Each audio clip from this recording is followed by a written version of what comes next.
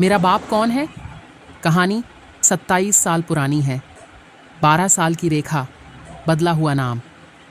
साल 1994 में अपनी बहन और बहनोई के साथ उत्तर प्रदेश के शाहजहांपुर में रह रही थी। रेखा की बहन और जीजा दोनों नौकरी करते थे। वे दोनों सुबह सुबह ड्यूटी के लिए घर से निकल जाते थे और रेखा को दिन भर घर पर अकेला रहना पड़ता था। इनके पड़ोस में 2 लड़के रहते थे, दोनों सगे भाई। एक का नाम था नाकी हसन और दूसरे का नाम गुड्डू।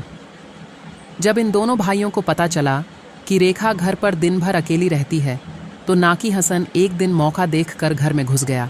उसने किशोरी के साथ ज़बरदस्ती की। इस घटना के कुछ दिन बाद नाकी हसन के छोटे भाई गुड्डू भी ने रेखा के घर में घुसकर उसके साथ दुष्कर्म किया। बच्ची में न इतनी हिम्मत थी और न ही इतनी समझ कि वो इस बात की शिकायत अपनी बहन या जीजा से कर पाती। इस वजह से दोनों भाइयों की हिम्मत और बढ़ गई। अब आलम ये हो गया था कि जब भी दोनों भाइयों का मन करता, वे घर में घुसकर किशोरी के साथ दुष्कर्म करते थे। ये सिलसिला लगभग 7-8 महीनों तक चलता रहा। फिर एक दिन अचानक रेखा की तबीयत बिगड़ गई। उसकी बहन और बहनोई उसे लेकर अस्पताल पहुंचे।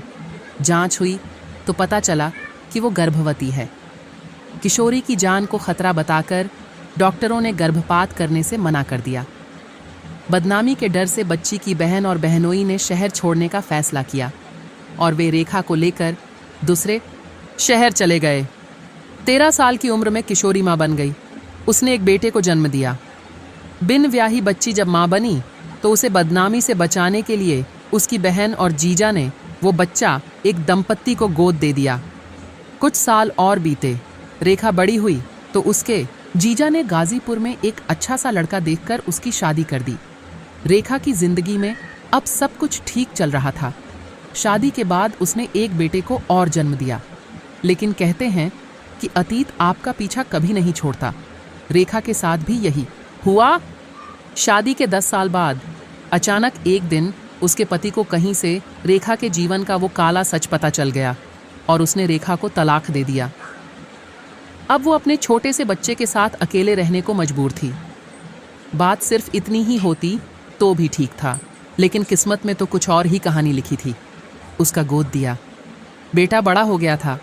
उसने जब अपने माता पिता के बारे में जानना चाहा तो उसे उसकी माँ का नाम बता दिया गया और वो रेखा के पास आ गया।